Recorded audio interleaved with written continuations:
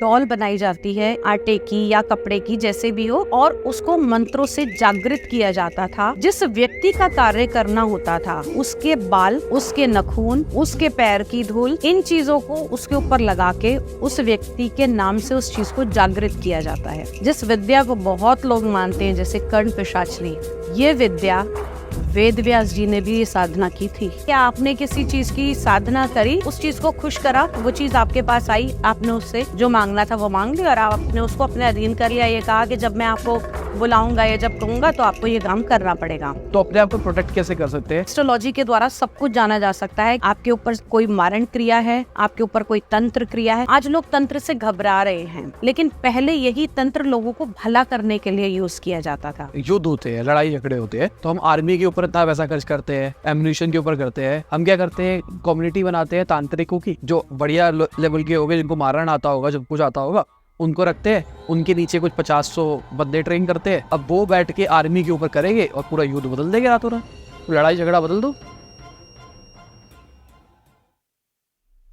आज की वीडियो में हम बात करेंगे तंत्र, काला जादू, साधना, इन सारी चीजों के बारे में। कैसे ये चीजें काम करती है और कैसे पता लगाए कि ये चीज हमारे साथ करी गई है या फिर नहीं करी गई है। मेरा नाम एस्ट्रोलॉजर वसुधा शर्मा कपूर। मैं आप लोगों की जिंदगी को सुधारने के लिए बहुत सारी चीजें कर सकती हूँ, जैसे कि astrology, tarot card reading, numerology, palmistry.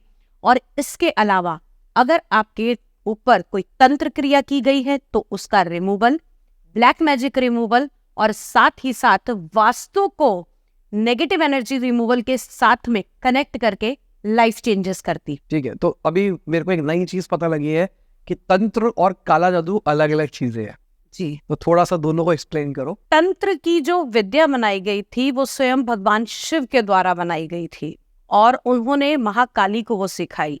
तंत्र के अंदर बहुत सारे देवी देवताओं की पूजा होती है। तंत्र में अगर हम देखें तो दो चीजें रहती है। एक रहती है जिसे हम कहते हैं दशम महाविद्या, भैरव जी की साधना और शक्तियों की साधना। एक तंत्र में होती है दूसरी साधना जिसे हम कहते हैं पिशाचिक साधना, भूतों की साधना, नेगेटिव एनर्जी की साधना। क्योंकि हमारे जो जीवन बना है वो अलग अलग योनियों में से, हमें सब योनियों में से होकर जाना पड़ता है। आज हम मानव योनि में हैं, कभी हम जीव की योनि में भी रहे, कभी हम भूत की योनि में रहे, कभी पिशाच की योनि में रहे। तो इन योनियों की अलग अलग सिद्धि होती है जिसे हम साधना कहते हैं और तंत्र कहते हैं। तंत्र एक बेसिकली सिस्टम है, किसी भी काम को करने का तरीका वो तंत्र कहलाता है। और तंत्र के अंदर होता क्या है कि चीजों को बड़ा ही स्मूथ तरीके से, आसानी से और शॉर्टकट में किया जा सकता है। तंत्र विद्या इसलिए बनाई गई। तो मतलब तंत्र का मतलब हुआ कोई भी काम को करवाना आराम से। और आपने बताया इसके दो वर्टिकल्स है, एक है पॉजिटिव, एक है नेगेटिव। पॉजिटिव के अंदर हम भगवान की साधना करते हैं और नेगेटिव के अंदर हम जो पिशाचनी वगैरह है उनकी साधना करते हैं और उनको कंट्रोल करने की कोशिश करते हैं। देखिए, आज हर चीज का ना सिनेरियो आज की डेट में चेंज हो गया है। आज लोग तंत्र से घबरा रहे हैं, लेकिन पहले यही तंत्र लोगों को भला करने के लिए यूज किया जाता था। बहुत सारी साधना है, कोई कान में बोल के, आपने इससे अवगत होंगे, कोई कान में बोल के बताती है, कोई दृश्य साधना बताती है। ये उस समय में इसलिए देखी जाती थी जब इतनी सारी चीजें नहीं थी, लोग कहीं बाहर चले गए, किसी का पता नहीं लगा, तो लोगों की भलाई करने के लिए कि वो व्यक्ति कहाँ गया, वो चीज कहाँ गई, तो उन चीजों से पूछकर उनका भला किया जाता था। आज मटेरियलिस्टिक वर्ल्ड है, सबको इस समय पैसा चाहिए, तो और हर कोई व्यक्ति दूसरे को इम्प्रेस करना चाहता है। तो कुछ लोग तो अपना इम्प्रेशन बनाने के लिए दूसरों के ऊपर इन साधनाओं को बड़े शॉर्टकट तरीके से करते हैं और करके उनसे अपनी इच्छा शक्ति की चीजें पूरी करते हैं। थोड़ा इसको और एक्सप्लेन करो, शॉर्टकट तरीका क्या हुआ? शॉर्टकट तरीका ये हुआ कि आपने किसी चीज की साधना करी, आपने या पूजा करी, उस चीज को खुश करा, वो चीज आपके पास आई, आपने उससे जो मांगना था वो मांग लिया और आपने उसको अपने अधीन कर लिया। ये कहा कि जब मैं आपको बुलाऊंगा या जब कहूंगा तो आपको ये काम करना पड़ेगा। ये तरीका हुआ। अब जब आप किसी से काम कराओगे तो आपको उस चीज को कुछ देना पड़ेगा। पहले के साधक जो करते थे वो इन सब चीजों की एक भूख होती है जिसको हम कहते हैं निरंतर जाप, निरंतर सत्कर्म, निरंतर अच्छी चीजों में चलना, निरंतर लोगों की भलाई करना। अब वो चीज वही रह गई, वो पार्ट तो पॉज हो गया। एक साधना करी, उसका यूटिलाइजेशन करा, लोगों के साथ काम करा, मनी कमाई, फेम कमाया और उसको वहीं छोड़ दिया। वो तो आपका काम कर रही है लेकिन आपने उसकी डिजायर पूरी नहीं करी। अब क्या हुआ, जहां आप उसे पॉजिटिव चीजों से फुलफिल कर रहे थे, अब वो क्या करेगी, नेगेटिव में आ जाएगी। क्यों? क्योंकि आपने उसका इस्तेमाल नेगेटिविटी के लिए किया। अब यहाँ किसी का सत्कार नहीं, यहाँ पर पैसा, इंप्रेशन, अपनी भौतिकता जब आपने उस चीज के साथ में जोड़ दी तो वो चीज गलत हो जाती। तो इसलिए इनको नेगेटिव कहा जाने लगा है। पहले के टाइम में ये भी शक्तियां नेगेटिव नहीं थी। अगर हम माने तो ये भी शक्तियां नेगेटिव नहीं थी। जिस विद्या को बहुत लोग मानते हैं जैसे कर्ण पिशाचनी, ये विद्या वेद व्यास जी ने भी ये साधना की थी। क्या आपको इस बारे में पता है? भगवान विष्णु के अवतार माने जाते हैं वेद व्यास जी। जो इस साधना को अगर वो कर रहे थे तो वो अपवित्र कैसे हो सकती है? उस चीज को अपवित्र बनाया हमारे मानव के नेचर ने, हमारे मानव की भूख ने। जब गैस का सिलेंडर आया था शुरू में, खाना बनाने के लिए लाइफ बड़ी स्मूथ हो गई थी, सबको बहुत अच्छा लगा। लेकिन वही खुराफाती कुछ दिमाग ऐसे भी थे जो सबसे ज्यादा हत्या बच्चियों की देखने को मिली थी, वो गैस सिलेंडर के फटने से, आग लगने से, इन चीजों में इस चीज का यूटिलाइज किया। शक्ति वही है लेकिन उसको इस्तेमाल करने का तरीका जब गलत हो जाता है तो वो घातक बन जाती है। तो अगर आप इन चीजों की साधना भी करते हैं, सबसे बड़ी चीज आपके पास सही गुरु का मार्ग होना चाहिए, राइट? ताकि आपको वो और गुरु कौन बनेगा? जो दायरे से निकल चुका है, उसे डूज और डोंट्स दोनों पता है। कि अगर आप कहीं हो, हमारे माता पिता जो हैं वो कहते हैं ना कई बार, तुम आज ये कर रहे हो, हम इस एज से निकल चुके हैं, हमें सब पता है। क्यों? क्योंकि वो उनके साथ घटित हो चुका है। तो वो कान पकड़ के आपकी गलती वहीं पकड़ लेते हैं कि ये तू गलत कह रहा है, ये चीज हमने भी देखी है। इसीलिए नेट से लोग देख के करते हैं, जिनकी ज्ञान भी नहीं होता वो भी उन चीजों को कर लेते हैं और कहीं ना कहीं बाद में उसका गलत उनको खमियाजा भुगतना पड़ता है।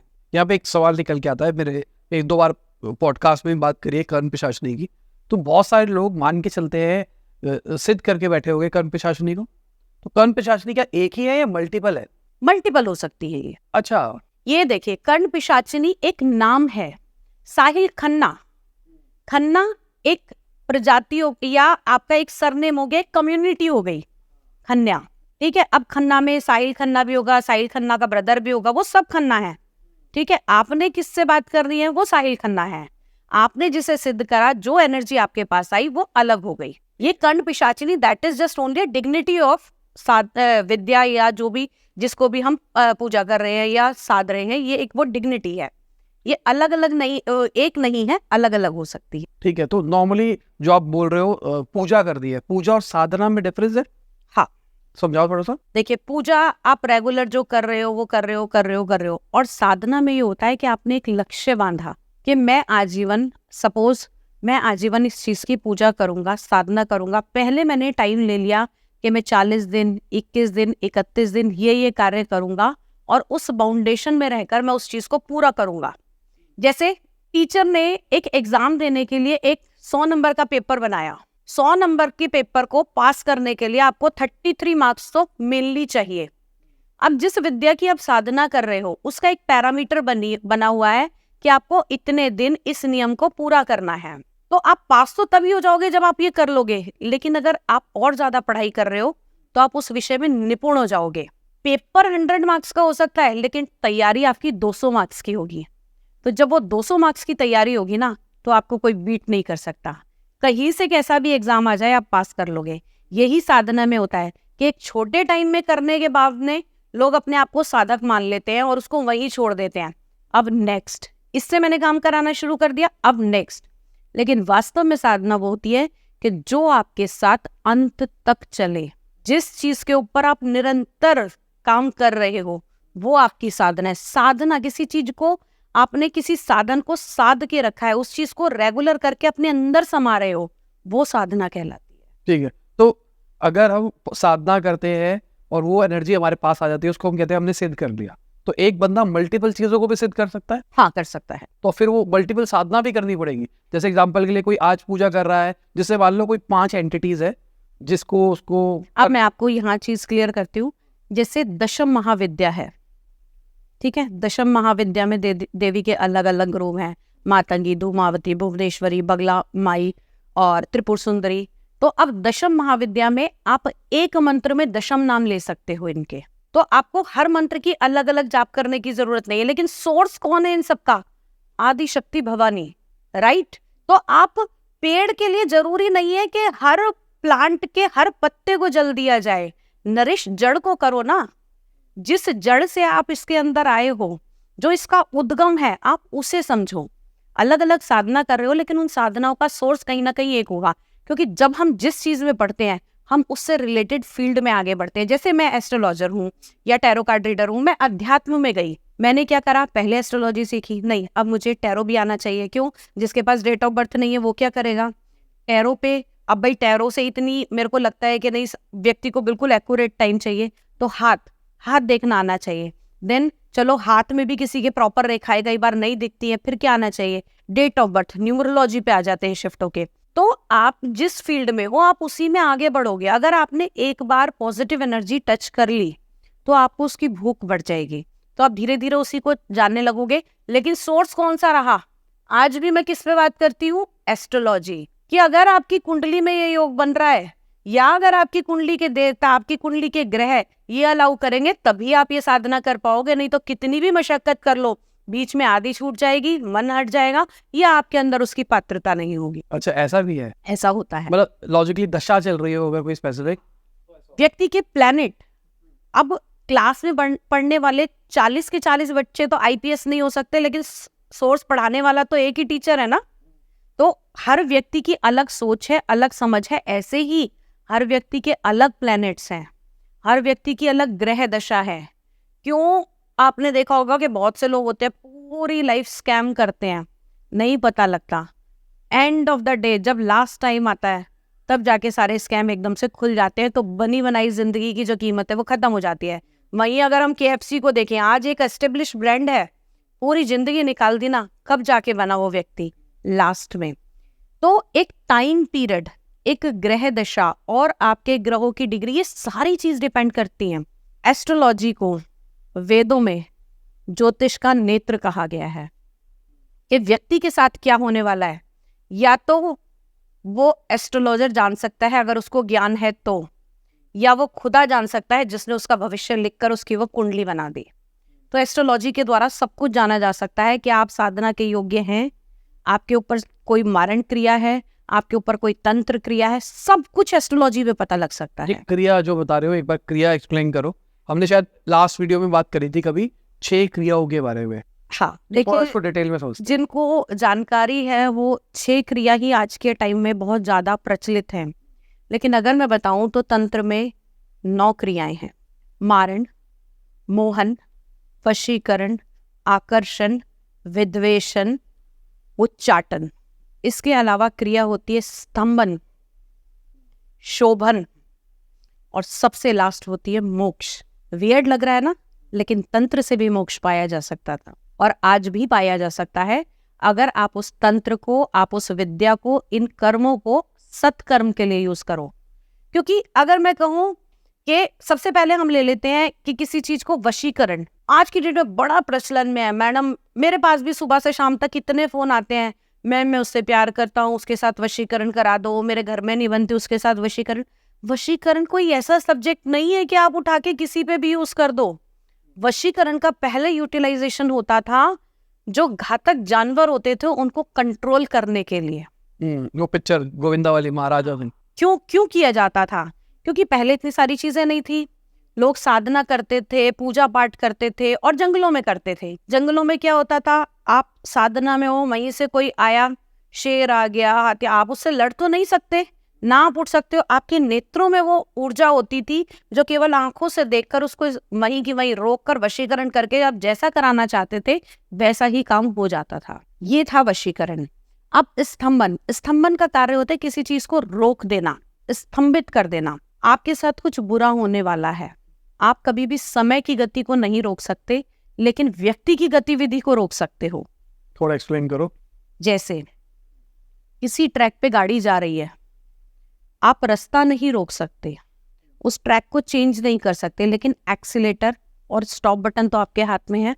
आप गाड़ी को थोड़ी देर के लिए स्पीड कम कर दोगे तो तो आगे होने वाली चीज के लिए आपको टाइम मिल जाएगा। वो घड़ी आपने निकाल दी कि अगर बहुत जल्दी हिट होने वाला था या कुछ होने वाला था तो आपके दिमाग में इतना टाइम बच गया कि आप ये देख लो कि मैं भाई साइड हो सकता हूँ, स्पीड कम कर सकता हूँ, सामने वाला निकल जाए। थोड़ा टाइम आपने पॉज किया, स्तंभित किया, तो आपको वो एक टाइम पीरियड मिल गया ताकि आप उस टाइम पीरियड को निकाल दो जिस घड़ी में वो घटना होने वाली थी। घड़ी का खेल है बेसिकली।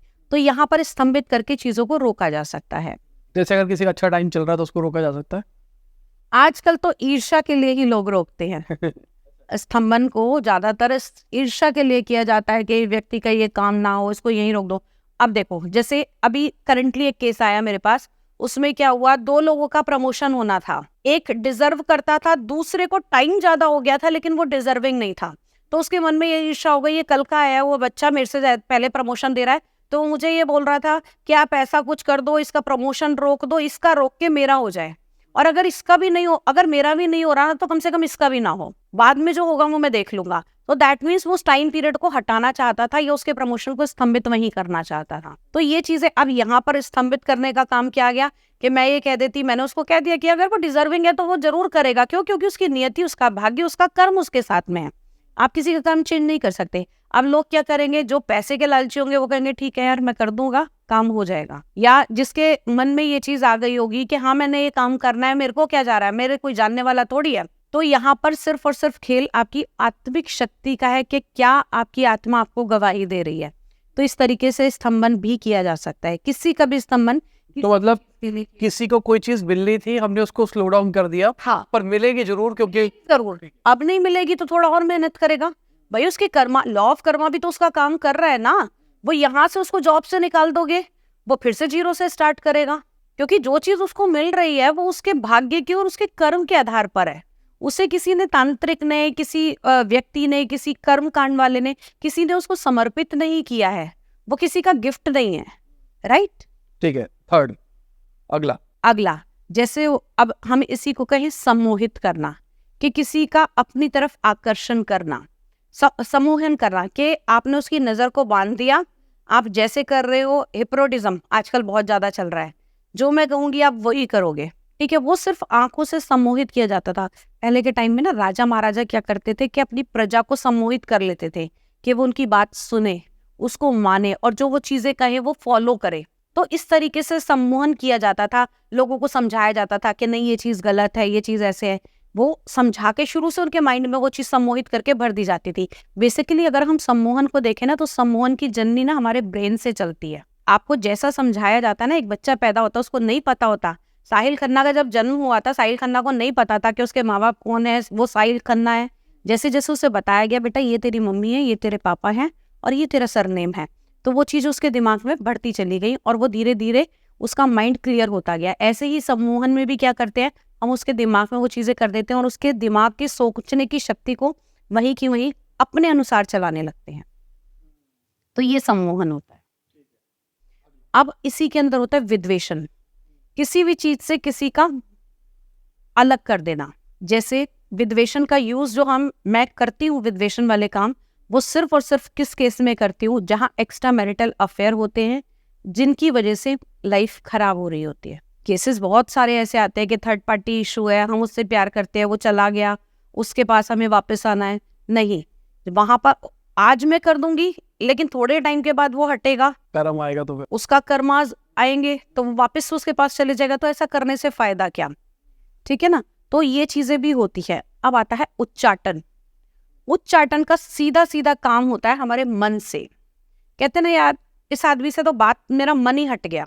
आधे से ज्यादा काम हम लोग जो करते हैं, मानव जो करते हैं, वो काम करते हैं अपनी आत्मा से, अपने मन से, राइट, इमोशनली अटैच होकर। तो इसमें क्या करते हैं, हम सामने वाले के साथ में इमोशन को हटा देते हैं। अब इसका पॉजिटिव यूज कहाँ करा जा सकता है? जैसे किसी को गलत लत लग गई, उसको उससे उसका मन हटा दिया गया। किसी को कोई गंदी ऐसी आदत है, जैसे बहुत से लोगों ने अपने घर भी बर्बाद कर लिए, जुए की लत लग गई, शराब की लत लग गई, तो यहाँ पर अगर इस चीज का यूज करा जाए तो बहुत अच्छा है। और साथ ही साथ उच्चाटन में ऐसा भी होता है कि कई बार लोग इसका गलत इस्तेमाल कैसे करते हैं कि ये मुझसे ज्यादा ग्रो कर रहा है, इसका बिजनेस से ही ध्यान हटा दो, बिजनेस से ही मन हटा दो, इसका मन ही ना करे काम करने का, तो वो क्रिया भी होती है इसके अंदर। अब इसके अंदर अगली क्रिया अगर हम ले शोभन, किसी चीज को बहुत ज्यादा शोभित कर देना, उससे अब जैसे अगर मैं कहूं कि मैंने आपको शोभन क्रिया करी है, तो आपको क्या होगा, पूरी दुनिया में और कोई नजर नहीं आएगा, सिर्फ मैं ही नजर आऊंगी। तो ये कार्य भी होता है कि आपके पास कितनी भी चीजें हो, कोई कुछ भी समझाए, आपको सिर्फ दिखाई और समझ फिर वो ही व्यक्ति है। तो इसका पॉजिटिव क्या था? इसका पॉजिटिव देखिए, शोभन का ये होता था कि अगर वॉर के टाइम पे मैंने आपको लक्ष्य साध दिया कि आपको सिर्फ यही काम करके आना है, तो जब तक वो व्यक्ति उस जंग को जीत नहीं लेगा, चाहे उसको अपनी जान गंवानी पड़े, जब तक जीत नहीं लेगा तब तक बैकफुट नहीं करेगा। तो उसको हमने एक टारगेट दे दिया, एक टारगेट बना के भेज दिया हमने कि तेरा यही काम है, इसके अलावा तुझे कुछ नहीं। जैसे अर्जुन ने देखी थी ना मछली की आंख, कि तुम्हें कुछ नहीं दिखाई देना चाहिए, तुम्हारा टारगेट केवल मछली की आंख है, ऐसे ही हम इसमें भी कर सकते हैं। मोक्ष, मोक्ष का मतलब इन संसारिक चीजों से मैं और साहिल बात कर रहे हैं, मैं इसका अच्छा कर रही हूँ, मैं उसका बुरा कर रही हूँ, इसने ऐसा कर दिया, उसने वैसा कर दिया, इन सब चीज के परे है मोक्ष। यानी कि अब सब चीज से तृप्त हो चुके हैं, अब इस दुनिया में वापस आना ही नहीं चाहते, दोबारा जीवन ही नहीं लेना चाहते। भगवान इस 99 के चक्कर से हमें अलग कर दे, दैट इज मोक्ष। तो मतलब तंत्र मोक्ष भी दिला देगा? बिल्कुल दिलाएगा, भावना जैसी होगी। मतलब कोई किसी के पास जाएगा और उसको मोक्ष चाहिए तो उसको कहेगा करना आपको पड़ेगा मोक्ष के लिए, कर्म तो आपको करना पड़ेगा ना। मेरे को लगा कि तांत्रिक के पास गए वो मोक्ष दिला देगा। वो कैसे आपको मोक्ष दिला देगा, वो तो आपको रास्ता बताएगा। कभी भी ये याद रखिएगा, दुनिया में कभी भी कोई किसी की डेस्टिनी नहीं बदल सकता। साहिल के पेट में दर्द है, मैं दवाई प्रिस्क्राइब करके दूंगी, साहिल पहले टैबलेट खाएगा, देन साहिल के पेट का दर्द ठीक होगा। बाद में अगर वो टैबलेट भी काम नहीं कर रही है, इन्फेक्शन बहुत ज्यादा बढ़ गया है, तो मैं अपनी क्रिया में माहिर हूँ, फिर मैं क्या कहूंगी, नहीं साहिल अब टैबलेट का काम नहीं है, now we have to take an action, we can get operated and remove that, तब उसकी जरूरत पड़ेगी। तो मोक्ष तो आपको खुद को पाना है, तो धीरे धीरे उसकी क्रिया तो आपको करनी पड़ेगी। अब जैसे मैंने बताया ना कि ट्रीट करना पड़ेगा, तो ट्रीट करने के लिए सम्मोहन, वशीकरण पहले आपको बताया जाएगा। इसका बड़ा स्लो प्रोसेस होता है कि जैसे मैंने आपको बताया, किसी का वशीकरण खत्म करना है या ये सारी चीजें करनी है, गजेंद्र मोक्ष का पाठ करो ना, 1 साल गजेंद्र मोक्ष का पाठ करो लगातार, आपके अंदर वो इच्छा शक्ति होनी चाहिए, आपके अंदर वो आत्मशक्ति होनी चाहिए कि मैं ये पाठ करूंगा ही करूंगा, 10 चीजें छोड़कर करूंगा। तब ना मिले आपको तब बताना आप, लेकिन क्या कोई इतना टाइम देना चाहता है? नहीं, मैं सीधा सीधा कहूंगा कि भैया मैं क्यों करूंगा, मैं सामने वाले से कहूंगा कि तुम इस चीज में एक्सपर्ट हो, तुम ही कर दो। तो उसके लिए फिर एक्सपर्ट की जरूरत होती है। ठीक है, मोक्ष जो है वो खुद ही करना पड़ेगा, बाकी तरीका बता सकता है सामने वाला व्यक्ति। ठीक है, और बाकी सारे के सारे कोई और कर सकता है। अब मोक्ष पाना ने भी हर किसी के बस की नहीं है ना, मैं सब चीज कह दूं नहीं साहिल सब बेकार है, सब कुछ छोड़ दो, मोक्ष पाना है तो लोगों की सेवा करनी शुरू कर दो। आप कहोगे मैम मेरे घर कैसे चलेगा, अगर मैं मोक्ष पाऊंगा तो कैसे करूंगा, तो फिर मैं क्या कहूंगी, नहीं साहिल धीरे धीरे करके चीजें करनी शुरू करो। आज आपकी जो जिम्मेदारी है आज इसको पूरा करो, लेकिन इसके साथ एड ऑन ये चीज अच्छा कर्म कर दो। जब जिम्मेदारी थोड़ी और कम होगी तो एक कर्म और बढ़ाना, तो धीरे धीरे करके हम उस सीढ़ी की तरफ चलेंगे। पहली सीढ़ी में मोक्ष नहीं मिल जाएगा, एक एक स्टेप करके आपको आगे बढ़ना पड़ेगा। एक क्रिया रह गई इसके अंदर, द्रावण की क्रिया भी होती है। द्रावण करना होता है द्रव्य कर देना, उस चीज को इस लेवल पे लेकर आना कि वो बिल्कुल लोअर डाउन हो जाए। द्रव्य देखा है आपने, लिक्विडिटी देखी है पानी की, बिल्कुल लोअर हो जाता है, उसको जहां फैलाते हो वो फैलता चला जाता है, और जिसके अंदर ढालते हैं वो वैसा ढल जाता है। द्रव्य कोई भी होगा उसको हम अपने अकॉर्डिंग ढाल सकते हैं, ये द्रावण क्रिया कहलाती है। इसके पॉजिटिव नेगेटिव दोनों बताओ। देखिए पॉजिटिव तो ये है कि एक बहुत अकड़ू व्यक्ति है, उसकी लाइफ सही नहीं चल रही, उसको ठीक करना है, तो जो उसके शुभ चिंतक होंगे वो द्रावण के अनुसार उसको सही आइडिया देंगे, सही तरीके से चलाने के लिए। ठीक है बेटा अब तू हमारे हिसाब से चल, हम जैसे कह रहे हैं वैसे कर, उसके लिए किया जाता है। एक तरीका ये हो गया कि नेगेटिव ये हुआ कि अब मैं इसका कंट्रोल मेरे हाथ में है, यानी इसकी चाबी मेरे हाथ में है, अब मैं अपने भले के लिए, अपने अच्छे के लिए चाहे जैसा इसको चेंज कर सकता। क्या वो सिर्फ वही एक ही बंदा ही कर सकता है, सब कर सकते हैं उसको कंट्रोल? देखिए अगर करने वाला होगा तो वो कोई भी कर सकता है चीजें वापस, लेकिन वो वैसा साधक होना चाहिए। नहीं, जैसे किसी में द्रावण किया गया तो वो वैसा पर्सनालिटी बन गया, अब जिसने किया वही उसको जो बताएगा वो समझाएगा। यूजुअली तो वो ही करेगा उसको, क्योंकि ब्राह्मण जिसने किया है वो ही करेगा। नहीं तो आप अपने नाम से भी करवा सकते हो। आप अपने, जैसे अब वशीकरण का कहा, आकर्षण का कहा, जहाँ मंत्र जाप होते हैं, जहाँ आपको तरीका बताया, साधनाएं हम करवाते हैं, जहाँ आपको तरीका बताया, जब आपसे नहीं हो रहा है देन मैं क्या कहूंगी कि नहीं अब तेरे से नहीं हो रहा बेटा, मैं कर देती हूँ। तो वो फिर क्या होगा, मैं आपके अनुसार मैं करके दूंगी आपको। एक लास्ट का अब मैं आपको बताती हूँ, क्रिया होती है मारण क्रिया। बहुत घातक क्रिया होती है। पहली बात तो इस क्रिया को करने वाले बहुत कम मिलेंगे आपको जो ये कर सकते हैं, क्योंकि हर किसी के इतना बस की भी नहीं होता। लेकिन जो ये कर रहे हैं तो वो इसका नेगेटिव के लिए ही यूज करेंगे, क्योंकि दुनिया में दो चीजें जो हैं वो भगवान के अपने हाथ में। वैसे तो सब कुछ अपने हाथ में है, लेकिन आज भी साइंस के हाथ में दो चीजें हैं, एक जीवन और एक मरण। जो मरण में हस्तक्षेप करता है, जीवन देने के लिए तो डॉक्टर्स आजकल हैं, जो मरण में हस्तक्षेप करता है, किसी को मारने की कोशिश करता है, उसका पहली बात तो कभी भला नहीं हो सकता। और मारण की क्रिया में ये जरूरी नहीं है कि आप व्यक्ति को मार ही दो। मारण का मतलब होता है उसको खत्म करना।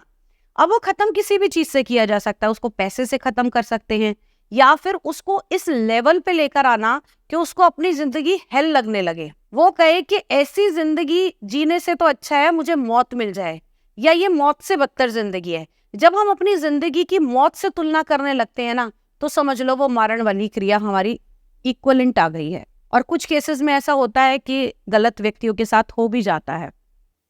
ऐसे केसेस देखे भी गए हैं कि लोगों के साथ किया भी गया है। अब यहाँ पे एक सवाल निकल के आता है, जैसे युद्ध होते हैं, लड़ाई झगड़े होते हैं, तो हम आर्मी के ऊपर इतना पैसा खर्च करते हैं, एम्यूनिशन के ऊपर करते हैं। हम क्या करते हैं, कम्युनिटी बनाते हैं तांत्रिकों की, जो बढ़िया लेवल के हो गए, जिनको मारना आता होगा, जब कुछ आता होगा, उनको रखते हैं। उनके नीचे कुछ 50-100 बंदे ट्रेन करते हैं।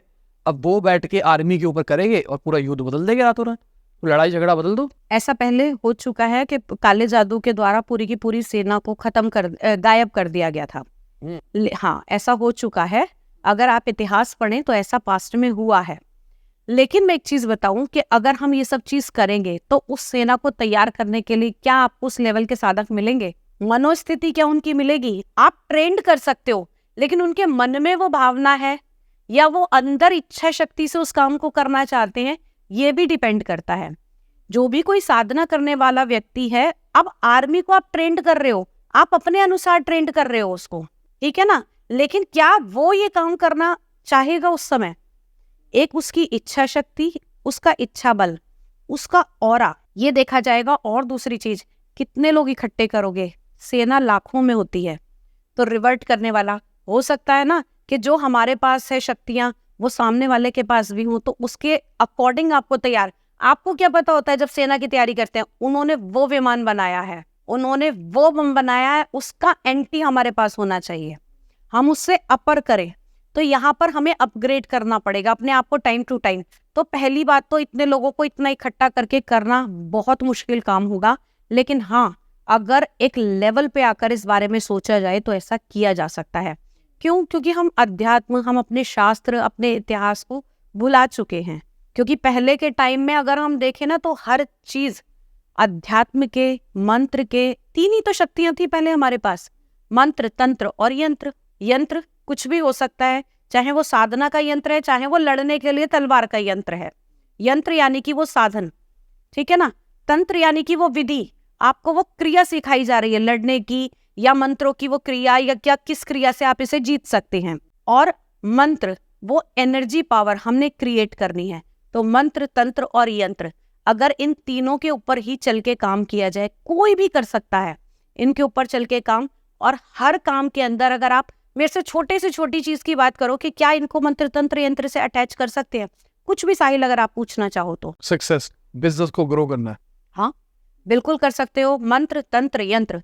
मंत्र क्या है? आपकी आत्मिक शक्ति, विल पावर, मन से सोचा मंत्र, मन के अंदर से अब जो तंत्र निकल कर आ रहा है वो मंत्र। तंत्र, उसको करने के लिए कार्य भी करोगे ना, बिजनेस को कैसे सक्सेस बनाना है, ये तरीका लगाऊंगा, ये स्टैटिक्स लगाऊंगा, ये चीज करूंगा।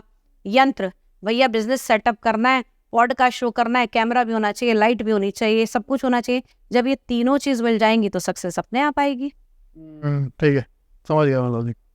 ठीक है, अब जैसे आपने क्रियाएं बताई, अब अगर ये चीजें एग्जिस्ट कर रही है तो हमको बचना भी चाहिए इन चीजों से। हाँ बिल्कुल। तो अपने आप को प्रोटेक्ट कैसे कर सकते हैं? क्या सारी क्रियाओं के लिए एक ही टाइप की प्रोटेक्शन होती है या हर एक क्रिया के लिए अलग अलग प्रोटेक्शन होती है?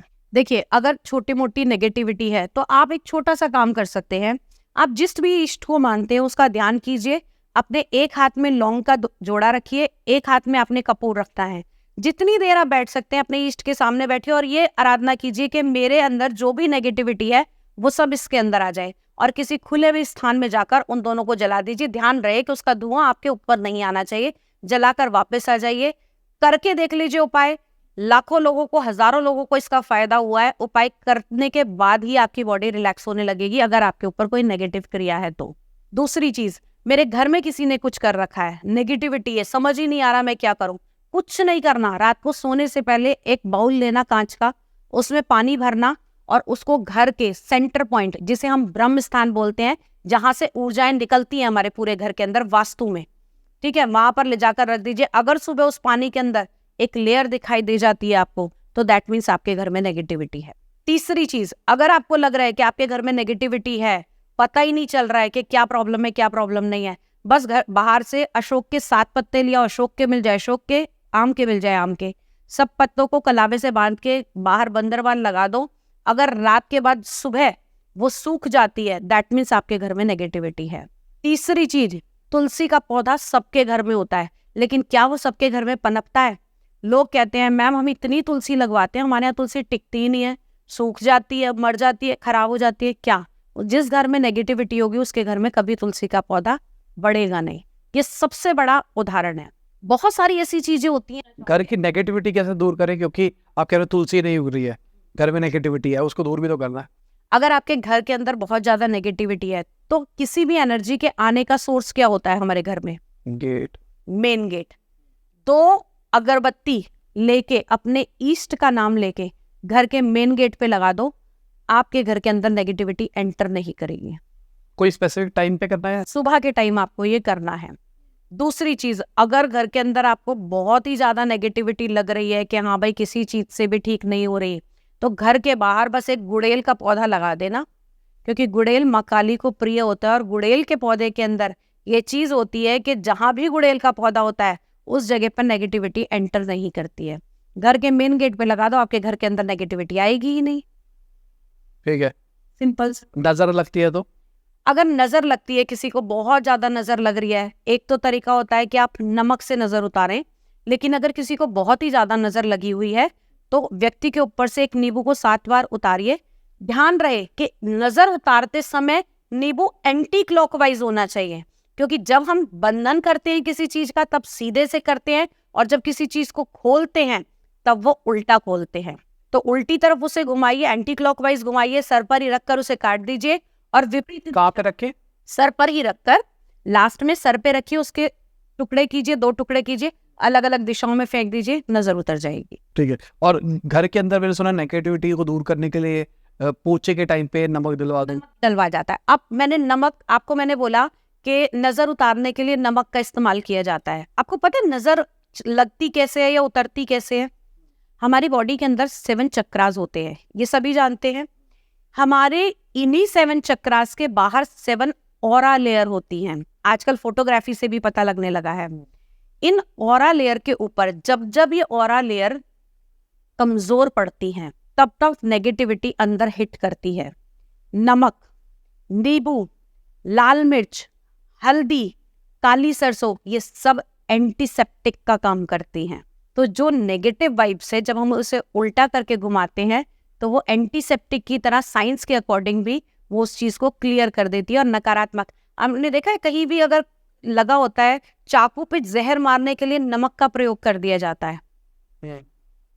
जैसे आपको लगता है ना कि किसी का कुछ ट्रीटमेंट करना है, तो आप अगर एक बार नमक में से निकालेंगे ना उसको, तो वो एंटीसेप्टिक उसके ऊपर लग जाएगा और उसके अंदर जितने भी नेगेटिव जर्म्स होंगे वो खत्म हो जाएंगे। किसी चीज की खुशबू हाथों से नहीं जा रही है, आप नमक रगड़िए, थोड़ी देर में खत्म हो जाएगी। नमक में वो शक्ति होती है जो किसी भी चीज को काट सकती है। इसलिए अगर आप घर में नमक का पोंछा लगवाएंगे, लेकिन शर्त यह है, आजकल लोग नमक का पोंछा तो लगा देते हैं लेकिन स्लीपर पहन के पूरे घर में चलते हैं।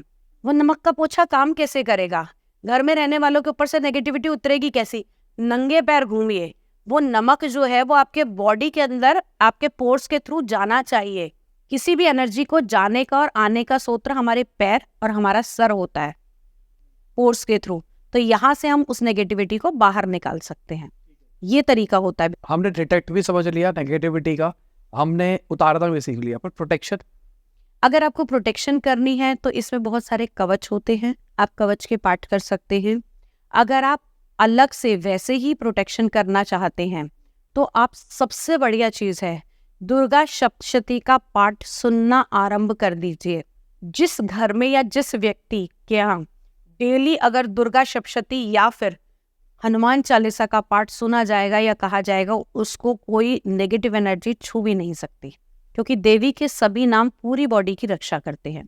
और अगर इसका उपाय आपको चाहिए कि मैं प्रोटेक्शन कैसे करूं, तो आप किसी भी शनिवार के दिन बरगद के पेड़ के नीचे जाकर आप लोगों ने हल्दी कुमकुम जाकर वहां रख देना है और अपनी इष्ट देवी को आपने याद करना है और उनको कहना है कि आज से मैं अपनी जो सुरक्षा है उसका कार्यभार आपको देता हूं, और वहां से आपको सीधे आ जाना है, आपको वहां पलट के नहीं देखना है। अपने सिर्फ उस समय आपने ईष्ट का ही ध्यान करना है और किसी चीज के बारे में आपने नहीं सोचना है। ऐसा करके देखिए, आपको प्रोटेक्शन मिलेगी, 100% मिलेगी। अब मैं थोड़ा सा पीछे जा रहा हूँ, हमने कर्म पिशाचिनी के बारे में बात करी थी, तो ये तो आजकल सबको पता लग गया। ऐसे और कौन सी एंटिटीज है? देखिए, कर्ण पिशाचिनी तो केवल एक प्रचलन में आ गया है नाम, इससे भी अलग है दर्श शक्ति।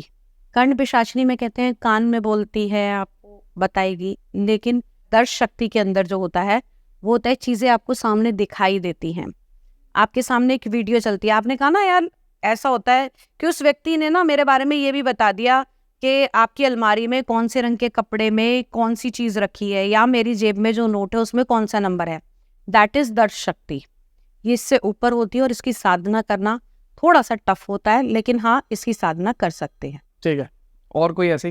दृष्ट पिशाच इसे कहा जाता है, दृष्टि पिशाच भी कुछ लोग बोलते हैं। तो ये सामने चीजों को आपको दिखाते हैं कि जिस बारे में आपने पूछा, सामने वाले ने सोचा, उसका दृष्टांत आपके सामने आने लगता है, यानी कि आपके सामने रील चलनी शुरू हो जाती है और इससे लोग बहुत प्रभावित होते हैं। मैं अगर साहिल को बताऊंगी, साहिल तुम्हारे घर में ये हो रहा है, या कोई भी एक रैंडम व्यक्ति है, उसको अगर सिर्फ मैंने इतना सा बता देना है कि आपने आते समय ये खाकर आए हो और ये चीज हुई है, तो व्यक्ति वही आपसे आकर्षित हो जाएगा और वही आपके कहे बस जो कुछ है अब यही है। तो इसका बड़े तरीके से यूज करते हैं लोग, अपने स्वार्थ के लिए भी यूज करते हैं, लेकिन पहले के टाइम में इसका फिर वही बात आती है कि अच्छाई के लिए यूज किया जाता था। अभी स्टार्टिंग में आपने मेरे को बताया था ऑफ कैमरा कि ये जो काला जादू है और जो तंत्र है वो अलग अलग है। मैं तो एक ही समझता था, सही बताऊं तो तंत्र तो समझ में आ गया, थोड़ा काला जादू के बारे में बात करते हैं। देखिए, काला जादू ना लोगों का नेगेटिव करने के लिए, जादू का कोई रंग नहीं होता, मैं आपको पहले ये बता दूं। जादू रंगीन है, जादू का रंग नहीं है। जहां इसका इस्तेमाल गलत चीजों के लिए किया, बुरे कर्मों के लिए, काले कर्मों के लिए, तो इसको काला जादू कहने लगे। काला जादू में बहुत सारी चीजें होती हैं, किसी के ऊपर कुछ करा दिया, किसी को कुछ खिला दिया। लोग, बहुत से लोग खिला के भी करते हैं, बहुत से लोग किसी के बाल इस्तेमाल कर लिए, किसी के नाखून इस्तेमाल कर लिए। तो ऐसी बहुत सारी क्रियाएं होती है और बहुत सारी विधियों का इस्तेमाल किया जाता है। काले जादू में आपने क्या क्या, आप किस चीज को काले जादू से ज्यादा कोरिलेट करते हैं? काला जादू मैंने सुना है दिवाली के अंदर एक दिया जल रहा होता है, और एक काला जादू एक डॉल, वुडू डॉल, ये दो मेरे को समझ आते हैं काले जादू। अच्छा, देखिए, वुडू डॉल का जो पहले इस्तेमाल किया जाता था ना, वुडू क्या होता है, एक डॉल बनाई जाती है, या हम कहें कि पहले आटे की बनाई जाती थी, आटे की या कपड़े की, जैसे भी हो वो बनाई जाती थी, और उसको मंत्रों से जागृत किया जाता था। जिस व्यक्ति का कार्य करना होता था, उसके बाल, उसके नखून, उसके पैर की धूल, या अगर कोई फीमेल है तो पीरियड का ब्लड, वो सबसे ज्यादा तेज काम करते हैं। इन चीजों को उसके ऊपर लगा के उस व्यक्ति के नाम से उस चीज को जागृत किया जाता है, राइट। अब यहाँ चलन आ गया कि उसमें सुइयां चुबा के उसे कष्ट देते हैं, ये करते हैं। बेसिकली इसका जो काम होता था वो लोगों के रोगों को मिटाने के लिए होता था। सुई चुभाने की जो प्रक्रिया आज जिसे एक्यूप्रेशर या एक्यूपंक्चर कहते हैं, ये प्रक्रिया तब की है। शरीर, उस व्यक्ति के नाम से शरीर के उस अंग पर कार्य किया जाता था, मंत्रों से जाप किया जाता था और पूजा की जाती थी उसके रोग का निवारण करने के लिए। आज यही वो सुइयां चुभाई जाती हैं उसको कष्ट देने के लिए। तो इसको बिल्कुल चेंज कर दिया गया। अगर हम देखें तो भगवान का वैद्यनाथ रूप जो देखा जाता है वो लोगों की बीमारियों को हरने के लिए किया गया था। तो वहां पर शल्य चिकित्सा में भगवान के वैद्यनाथ रूप में इन चीजों को भी किया गया था। अच्छा, और वो दिए वाला क्या होता है? दिए में देखो, मैं आपको बताऊं, जैसे आपने दिवाली की रात को कहा, तो दिवाली की अमावस्या की रात होती है, इसे अंधियारी रात भी बोला जाता है। इस दिन नेगेटिव पावर्स जो होती हैं वो अपने पूरे वेग में होती हैं। तो लोग इस दिन नेगेटिव ऊर्जाओं को आमंत्रित, क्योंकि कोई भी आप देखिए नेगेटिव एनर्जी जो होती है ना, वो दिन में कम काम करती है, क्योंकि सूर्य की रोशनी में ये शक्तियां क्षीण हो जाती है। तभी हम कहते हैं कि अब सूर्य उत्तरायण हुए हैं, पाताल से बाहर आए हैं। जब सूर्य पाताल में जाते हैं तो रोग, कीड़े मकोड़े गर्मियों के सीजन में आपको बहुत ज्यादा देखने को मिलेंगे। जैसे सर्दी आती है सूर्य उत्तरायण हो जाते हैं, ऐसे ही चंद्रमा का भी होता है उत्तरायण और दक्षिणायन। तो जब जब दक्षिणायन की तरफ चंद्रमा होता है तो अंधियारी रात होती है, और उस समय पे ये नेगेटिव एनर्जीज जो है, क्योंकि पिशाचिक जितनी भी जो पिशाचिक वर्ल्ड है वो अंधेरे का वर्ल्ड है, वो पाताल का लोक है, वहां पर रोशनी नहीं है। तो अंधेरे में ये चीज ज्यादा एक्टिवेट हो जाती है। और जो दिवाली की रात होती है अपने आप में एक बहुत ऑस्पिशियस तिथि होती है। पॉजिटिव काम को करने के लिए भी इसमें साधक साधनाएं भी करते हैं। लक्ष्मी प्राप्ति की साधना दिवाली की रात को की जाती है। कुबेर की जो की जाती है पूजा, वो दिवाली की रात को की जाती है। घर के अंदर पॉजिटिविटी के लिए की जाती है, दिवाली के लिए की जाती है। आप गलत ही एस्पेक्ट्स को क्यों चुने? जो लोग गलत करना चाहते हैं वो भी दिवाली की रात को चुनते हैं। क्यों? क्योंकि उसके अंदर उन्हें ओपन मिल जाती है ये सारी एनर्जीज। किसी चीज का कोई रोक टोक और झुकाव नहीं होता किसी में। दिए क्यों रखे जाते हैं दिवाली के अंदर? जो दिए, बेसिकली दिए तो वो मैंने देखा चौक के ऊपर दिया। हाँ, वो मैं बताती हूँ। दिवाली के अंदर 5 दिए देसी घी के निकाले जाते हैं। उसका उससे कंसर्न नहीं है कि जो चौक पे रखा जाता है, जिसके अंदर चौक पे जो रखा जाता है वो चौराहे की पूजा के लिए किया जाता था, कि चौराहे पर जितने भी नेगेटिव या पॉजिटिव एनर्जी है उन्हें सही रास्ता दिखे। पहले के समय में घर में सब जगह रोशनी की जाती थी, आजकल लाइटें जगाई जाती थी।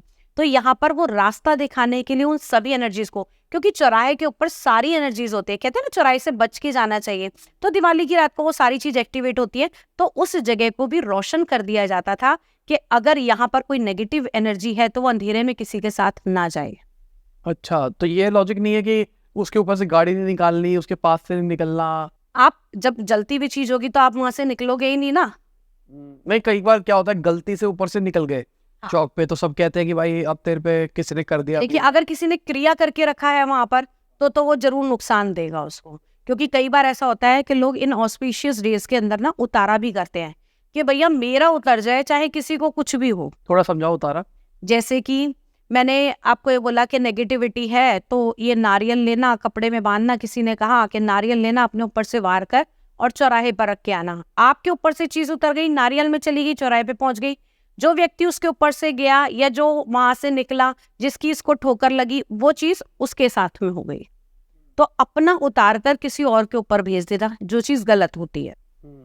और इसका कोई प्रोटेक्शन भी होता है क्या, जब ऐसे दिन होते हैं जब पता है कि ऐसा कुछ हो रहा है? आपको इन रास्तों को अवॉइड करना चाहिए। और अगर कोशिश कीजिए, अगर लेडीज हैं तो वो अपने साथ, जब उनका पीरियड का टाइम है या जब उनकी बॉडी की एनर्जीज जो है वो लो फील कर रही हैं, तो उस समय उनको चाकू या फिर आप माचिस रख सकते हैं। अगर वो भी नहीं रख सकते तो आप अपने साथ में काली हल्दी रखिए, आपका सदैव प्रोटेक्शन होगा। काली हल्दी एक कपड़े में बांध के आप अपने पर्स में रखिए, आपको प्रोटेक्ट करेगी वो। ठीक है। और टैटू वैटू भी होता है कुछ इन्हीं चीजों के लिए? नहीं, इन चीजों के लिए टैटू मुझे नहीं लगता कि इतना ज्यादा आपका काम करेगा। ठीक है, क्योंकि मैंने ऐसा देखा है जो अघोरी होते हैं उन्होंने टैटू करवा रखे होते हैं, बाल लंबे होते हैं सफेद। पता है आपको, ये अघोरियों के बाल लंबे होना ये सब क्यों होता है? ये आज तो लोग करवा रहे हैं, लेकिन बेसिकली में अगर हम अघोर तंत्र में जाए ना, तो अघोर का काम क्या होता था? दीन दुनिया से अलग। उनको ये नहीं होता था कि हमने कटिंग करानी है, हमने नहाना है, हमने ये करना है। वो सिर्फ अपनी तपस्या में लीन है और वो किए जा रहे हैं उस काम को। उन्हें सांसारिक जीवन से कोई मतलब ही नहीं है, वो सिर्फ तपस्या में है, वो किए नहीं, वो ऑटोमेटिकली उनकी साधना के कारण हो गया। तो अघोरी खा ऐसा होता है कि इंसान को खाते हैं? देखिए, सब अलग अलग क्रियाएं होती हैं। जो इंसानों को खाने वाला ह्यूमन फ्लैश तो आज की डेट में ऐसा कुछ नहीं है कि होता है, लेकिन ऐसा कहा और पढ़ा गया है कि ये क्रियाएं भी होती थी। वाम मार्ग में इन क्रियाओं के द्वारा किया जाता था चीज़ों को, जो कंट्रोल करना चाहते थे या कुछ करना चाहते थे, तो वो इन वाम मार्ग में, जैसे ड्रिंक का हो गया, आपका ये फ्लैश का हो गया, किसी भी प्रकार का, या तामसिक चीज़ें, अंडों का प्रयोग हो गया, किसी को मांस चढ़ाने का हो गया, तो ये चीज़ें अघोर तंत्र में पहले चलती थी। ठीक है, ऐसी चीजें भी है जो मैंने पिक्चरों में देखी है बहुत बार, कि कोई बहुत पावरफुल बंदा था तंत्र वाला, अब उसको पता लगा इतनी बलियां दूंगा, ये करूंगा तो मैं दुनिया में सबसे पावरफुल हो जाऊंगा, फिर मैं दुनिया पे राज करूंगा। फिर उसके अगेंस्ट कुछ लोग आते हैं, वो उससे लड़ते हैं और उसको हरा देते हैं, फिर हमारी धरती बच जाती है। क्या ऐसी होती है रियलिटी में? क्या अगर वो होना होता तो जो माँ ने इतने असुर जन्मे तो उनका संहार नहीं कर दिया? तो जब जब बुराई पैदा होती है उसका अंत उससे पहले निश्चित हो जाता है। पर कई कई टाइम बुराई को झेलना भी तो पड़ता है ना। जैसे पुराने जमाने में हमने सुना है रावण थे तो उन्होंने बहुत कांड किए हैं, ऐसे ही जितने भी बुरे लोग थे उन सबने बहुत कुछ किया। आपको पता है रावण कौन थे? रावण और कुंभकर्ण भगवान विष्णु के द्वारपाल थे। जय और विजय, इनको शाप मिला था कि आपका उद्धार मैं स्वयं करने आऊंगा और आपको इस योनि में जाना पड़ेगा। और रावण को ये सब कुछ पहले से पता था। वो सिर्फ उस योनि को, उस राक्षस योनि को काटने के लिए, उस कर्म को काटने के लिए उसने ये रूप लिया था। रावण और कुंभकर्ण वास्तव में भगवान के जय विजय जो द्वारपाल हैं वो थे। तो पर उन्होंने अत्याचार तो किया ना। अभी तक हमने जितने भी मतलब मैंने तो पढ़ा नहीं कुछ, पर मैंने जो आते हैं टीवी पे सीरियल्स आते हैं वो देखे, उनमें देखा है इन्होंने लंबा टाइम अत्याचार किया है। मतलब हर चीज का एक समय होता है। पर अभी तो कोई अत्याचार ऐसा एज तो नहीं होता कि अगर कोई काली शक्ति आ जाए, ग्रहण लग जाए और आसमान में कुछ उड़ रहा है, कुछ हो रहा है, ऐसा कुछ? देखिए, ये चीजें अब इतनी विजिबल नहीं होती है। ऐसा क्यों कि इंसानों से डरती है चीजें? नहीं, आप एक बात बताइए ना, रावण को करने के लिए रावण को कितना बड़ा विद्वान माना गया था, रावण कितना बड़ा तांत्रिक था। क्या आज ऐसे तांत्रिक और ऐसे विद्वान हैं? अगर विद्वानों में देखा जाए तो रावण बहुत बड़ा विद्वान था। तो इन सब चीजों को करने के लिए आपके पास वो पात्रता भी तो होनी चाहिए। मैं कहती हूँ मैं नेगेटिविटी रिमूव करती हूँ, लेकिन मैं उस मुकाम पे तो नहीं हो सकती ना जहाँ पे भगवान बैठे हैं। मैं एक मीडियम हो सकती हूँ, करने वाली शक्ति कोई और ही है। सपोज मैंने आपसे कहा कि ठीक है आपकी नेगेटिविटी रिमूव कर दूंगी, मैं एक पावर बैंक के बीच की कॉर्ड हूं जो चार्ज कर रही है सामने वाले को। लेकिन पावर बैंक कौन है? वो माँ भगवती, वो आदि शक्ति भवानी, या जो भी सुपरनैचुरल पावर जिसको मान के मैं ये कर रही हूँ। तो सोर्स तो कहीं और से आ रहा है। रावण के पास इतनी जो सारी चीजें थी, भगवान शिव का बहुत बड़ा भक्त था और शिव जी का तंत्र में कोई हाथ नहीं पकड़ पाया। ठीक है ना? शिव जी माफ कीजिएगा कि शिव जी के जैसा और कोई दुनिया में है नहीं और ना कभी होगा। वो आदि भी है, वो अंत भी है। ठीक है ना? तो उनकी पूजा और भक्ति करते थे तो इसलिए उनके पास था। लेकिन आज के टाइम में ना रावण जैसे लोग हैं और ना वैसे अत्याचार हैं लोगों के ऊपर। अब किसी के घर में वास्तु दोष होता है, तो जब मैं वास्तु देखने जाती हूँ तो वहां पर मैं ये भी देखती हूँ कि नेगेटिव एनर्जी तो नहीं है। क्योंकि कई बार ऐसा होता है कि सब कुछ लोग कहते हैं हमने तो घर बड़ा वास्तु से बनवा रखा है, सब चीज बड़ी स्टैब्लिश है। मैम आप कैसी बात कर रहे हो कि वास्तु दोष है हमारे यहाँ? लेकिन घर के अंदर जाके देखो तो उनके यहाँ नेगेटिव एनर्जीज होती हैं जो उसके घर के वास्तु को भी भंग कर रही होती हैं। मेरे पास, मेरे एक्सपीरियंस में ऐसे केसेस आए जिसके अंदर मैंने ये देखा कि घर में सब कुछ ठीक था। मैंने उसकी पत्री देखी, वो लड़की कहती है मैम मेरे ना 4 बार IVF फेल हुआ है और सक्सेस नहीं जा रहा, मैं क्या करूँ? मैंने कुंडली देखी, मैंने कहा बेटा डेफिनेटली तेरे को बच्चा होगा। कहती है मैम मुझे हॉस्पिटल वालों ने लिख के दे रखा है यू कांट कंसीव नॉर्मली। मैंने कहा ठीक है देख लेते हैं। उसके घर गए, उसके घर की नेगेटिव एनर्जी रिमूव करी। ये इंसिडेंस अभी का भी है और एक 7 साल पहले का भी है। तो उसके घर की नेगेटिव एनर्जी रिमूव करने के बाद, उसके ऊपर काम करने के बाद में उसने मेरे को बोला कि now I can go for IVF।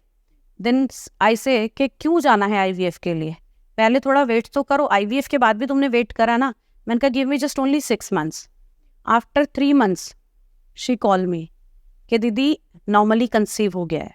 और जिसको पेपर्स पे लिख के दिया था, नेगेटिव एनर्जी हमारे घर के वास्तु के साथ में इतना भी काम करती है।